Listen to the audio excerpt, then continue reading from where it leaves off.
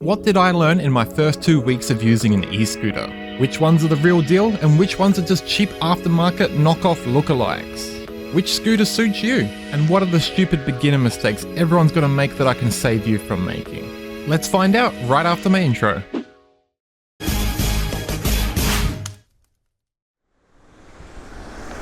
Hey there guys, my name's actiondan and welcome to my next video. Now this video I'm just having awesome relaxed fun, getting brushed by cars less than a meter on my way home from work in the city. I live in the tiny city of Adelaide, and on the way home in just 10 or 15 minutes I'm going to try and gas bag as much as I possibly can about what I have learnt in the first 2 weeks of having my very first e-scooter, and I'm going to see if I can help you guys not make mistakes like me, not waste any time, and help you guys do the right thing and purchase the right type of e-scooter. I live in the state of South Australia, and e-scooters are just becoming legal now. On public walkways like where I am now, as far as my understanding is, you have to do 10 kilometers an hour or less. And on the shared footpaths, bicycle trails, walking trails, I think it's 15. And on the public roads, you're allowed to do up to 25. What are the biggest things I have learnt in my first 2 weeks that I think everyone else should know and I wish I had known? So very first thing I can think of it's important to mention is don't buy a cheap piece of crap.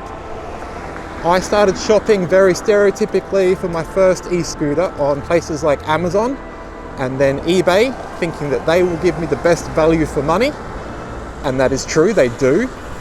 But the big downside that I didn't think about whilst doing that, and I think a lot of you guys will fall into the hole, is there's a lot of copycats. So you'll find a scooter that looks great, maybe you've done a little bit of research about it like me, but then you go and buy one of these ones that look the same, and you wonder why it's got a slightly different name. It's because people are copying it, imitating it, and you've got a cheap copycat. Get a major brand name one like Segway. I am really bad with names, so I'm not even going to try and pretend I can remember what the name of the most popular one is, kind of like their Toyota Corolla of the e-scooter world. I'll put it on the screen, but this I'll show you right now. This is the most highly engineered, long-running, reputable, best bang for your buck and easiest to get spare parts scooter you can go buy. This is the best value for money. Get this one. Now the one that I have is its younger brother, and it's meant for just a little bit more bumps and off-roading, and it's this one. I looked up lots of scooters, and the very first thing I learnt was buy a major brand name, of course. Second, I'll say I decided to pick, do I go for something that has claimed extra power for this price level, or is it not necessary? I would say you need about a minimum of 1100 watts to be able to do basic stuff on a scooter and even crawl along at 25 over some decent distances and doing a few kilometers. Yeah, no worries. No worries, mate. And you want this thing to be able to do something like at least 25 kilometers to get to work in the city and to come home. You really need to spend $1,100 absolute minimum, Australian dollar. This one was $1,500 and I think it was a bargain, best value for money for sure. This one's more popular older brother is the one I showed you on screen first. That one I think at the same time was $1,300, and that was more common and would meet a more average Joe's needs better than this one. So then I hear you asking them, why did you buy this one? Well, first I'll tell you about the other one and then I'll tell you why I bought this one. The other one that is the most popular and the most common, this one is the best one, because it does the average sort of speed you need to do. It has the longest value for money battery life and the most kilometers for its price tag, and it's light. So you can pick it up, you can fold it up quickly and conveniently, and you can take it up a few flights of stairs or in your elevator to your city workplace, etc. This one is a lot heavier and more bulky, so it gets a little bit less kilometers than its older brother. So why did I get this one if it gets less kilometers? Because it looks freaking cool and it's able to handle what they call off-roading. I know that's a load of crap. Anything that has a tiny wheel like this, 11 inches, there's no such thing as an off-road anything with an 11-inch wheels on it. But it can handle doing bumps more than its Toyota Corolla older brother in the city. So if you're just being a sensible person and you don't need to go that fast and you want your, you're going to go on flat footpaths or you're going to go on flat, highly used public roads, the first scooter is best for you. This scooter is only better if you want to be able to do some bumpy footpaths, you know, like this plank here. This scooter has a little bit of an advantage than the other one. And you can technically take this on a dirt trail and it will kind of survive, but you're gonna fall off of it easy. Do you get what I'm saying or not? I've got to change the topic and move on. But I'm a big heavy guy. I weigh 104 kilograms before I even put on my protective gear, which brings me to like, in the helmet, which brings me to like 108. This scooter also has the advantage over the other scooter of just being able to get up the hills a bit better and having more power. So it has around the same top speed, but it can handle a bit more weight and it can handle more bumps. And weight in bumps is what I want and what I need. But if you're just a guy that goes to work in the city wearing a suit and tie, don't get this heavy thing, get its lighter brother, which is good enough, and will get you a couple more kilometers in this thing. Big important topic, what not to do and what big mistakes did I make? Well, a lot of the videos I was watching online of these guys that have been riding the scooters for 14 years and have 1 million subscribers telling you what to do and what not to do, I learned on about my 8th day that no matter how cautious you are, you're gonna stack it. You're gonna crash. Everyone does. Hello. Siempre hay que descubrir la manera de vivir. Este lugar, esta tierra, tiene tanto que ofrecer.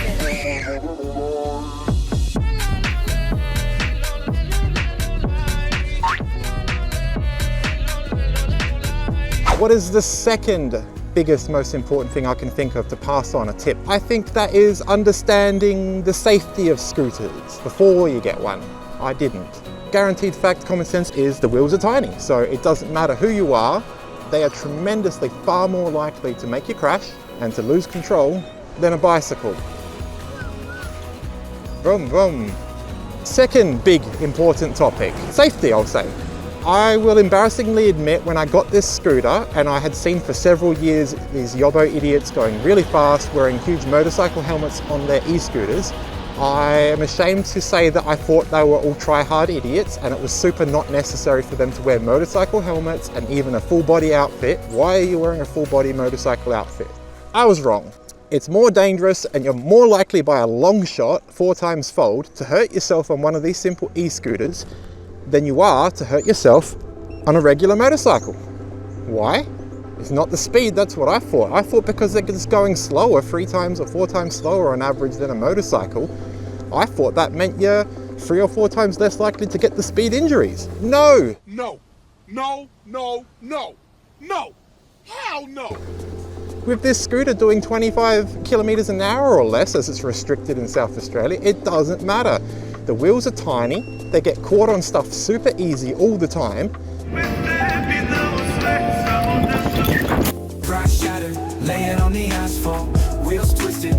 And when the wheels get caught or slide out on some leaves, like when just going around this corner and it's wet, you face plant and you break your wrist. I've already fallen off once on day 8.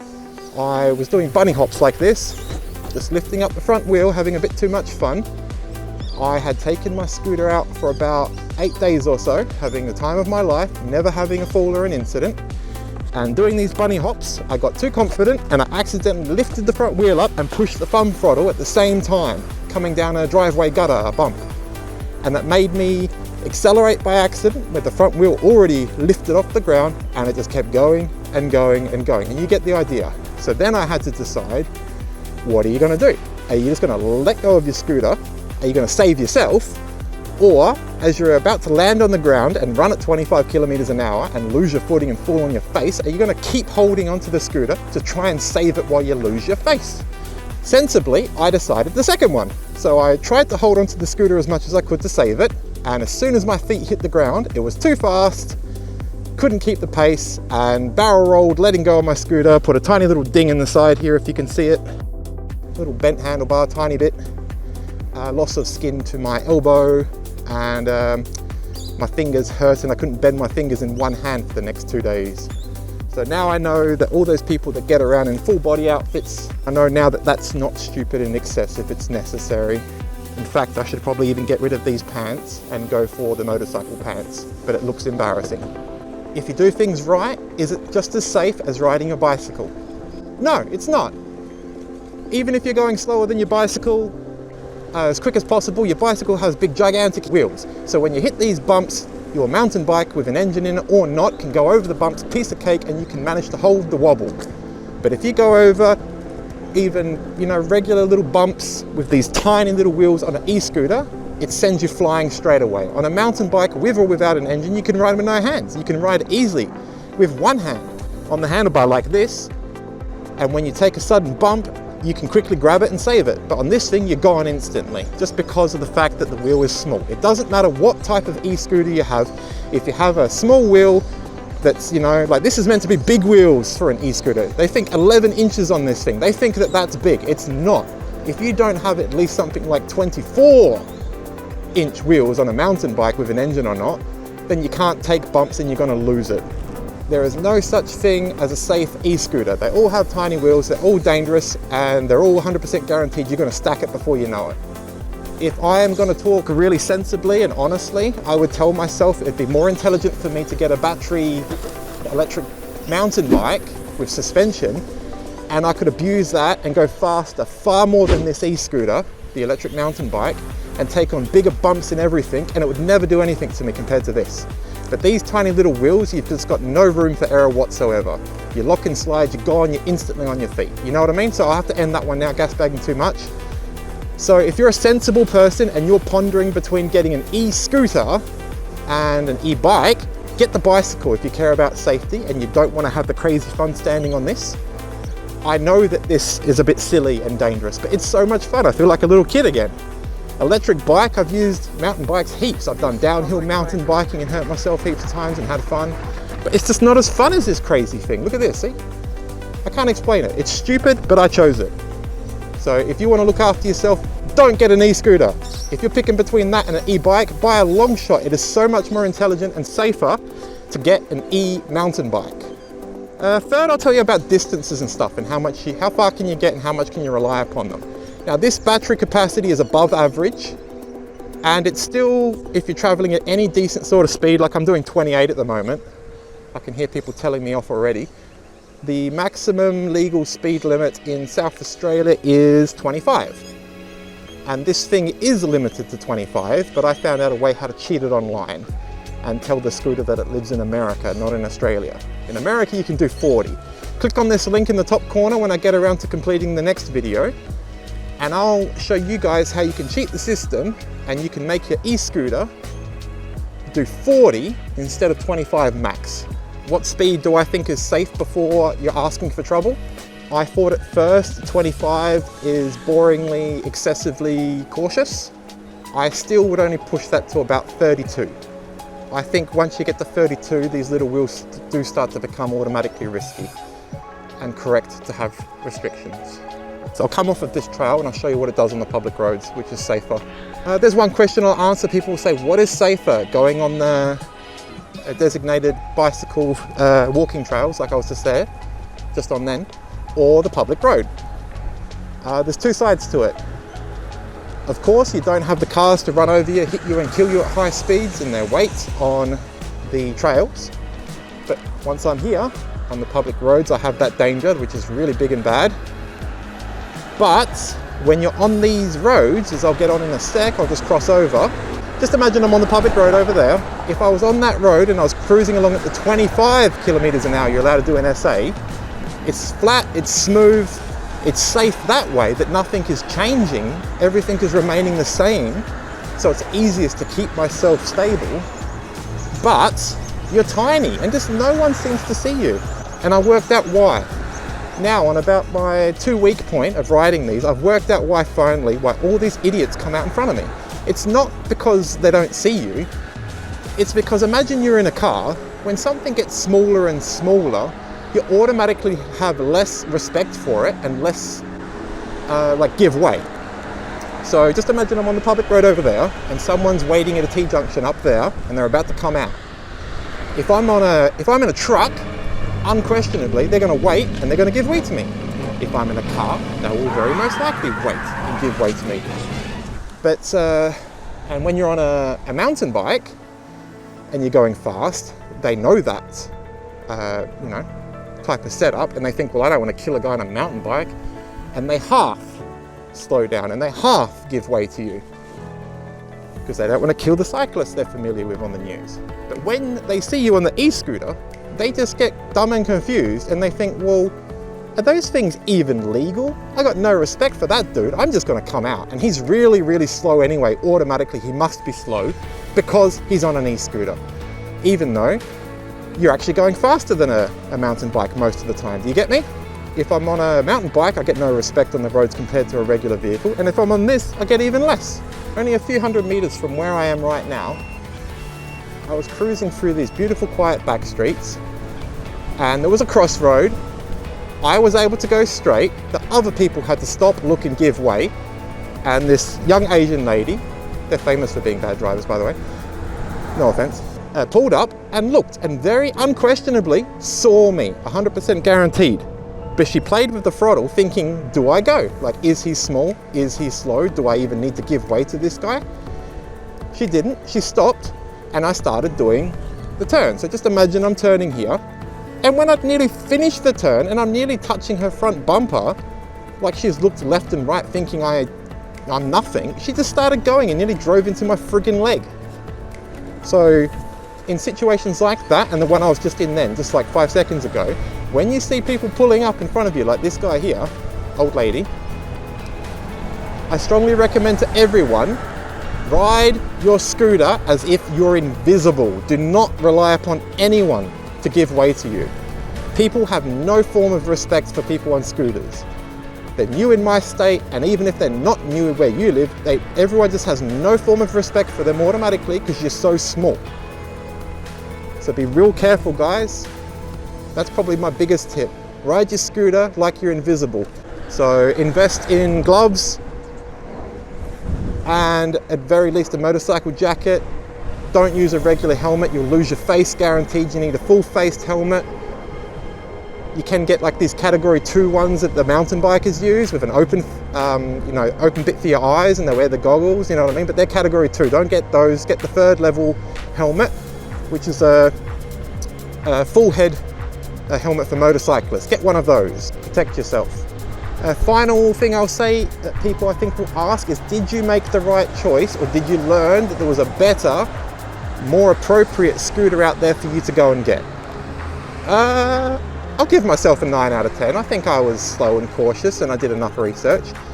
And for $1,500, there most definitely isn't a scooter out there that's better than this, common, and if it breaks down, is as cheap to fix as this.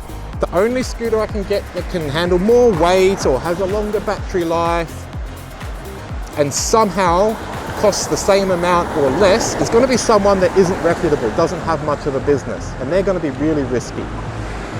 So if you want a reliable Toyota you can take off-road in the scooter world, get this one. This thing's awesome. But the more common one is its older brother, and that's more typical usage, taking a briefcase, your suit and tie to work, no bumps, using public footpaths all the time, and flat, smooth public roads. One last very, very, very important thing I'll say that I learned instantly, just about from day 2, that you need to do with your e-scooter is you need a mirror. Most of them do not come with mirrors. Why do you need a mirror? I hear people asking. Is he being excessive? Is it more safe but not necessary? No, it is 100% necessary. Why? Because look, if I'm, just say I'm cruising along in my bicycle lane or the side of the road that I'm meant to be using, just imagine that the bicycle lane is a typical 1 meter wide. If I'm cruising here in a 1 meter wide segment of road with cars close to me doing 50 or 60, it's pretty hard to go like that and to look over your shoulder to see if, because you want to turn right or something, to see if someone is there, if they are going slow, and if they're going to give way to you. You can't do that without losing it and crashing into the gutter or something like that. Before you do that, you always have to look really quickly and see if it's safe to do it. See, right now I've got my roundabout. So I'll come out into the middle of my lane for safety, block the lane so a car doesn't brush alongside me while I'm trying to do the roundabout. And people can't look behind them like that while they're taking on a roundabout. So get a mirror. My mirror is dodgy because it's just cable tied, loose. But I'm gonna fix this tight somehow. And I look down there for 2 seconds, bum bum, and I can see if someone's there before I take on this corner.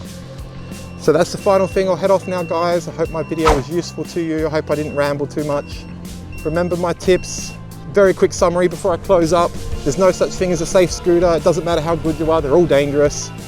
It's much safer to use a motorcycle even though you're going faster than it is to ride an e-scooter. It's much safer still again to use an electric bicycle than it is to use an e-scooter because the big wheels can take on the bumps and not crash as much, and you're more visible and you're more respected. If you want to have safety, I'd say get your electric mountain bike with your chargeable battery and not this.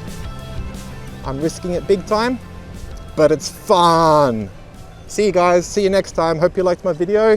If my video wasn't a whole bunch of crazy ramble, and there's actually a lot of things that I taught you in my video to save your money and to not get hurt, please reward me by clicking on the subscribe button, or at very least giving me a thumbs up like. See you next time, guys. Bye. Actiondan, the greatest hero of them all.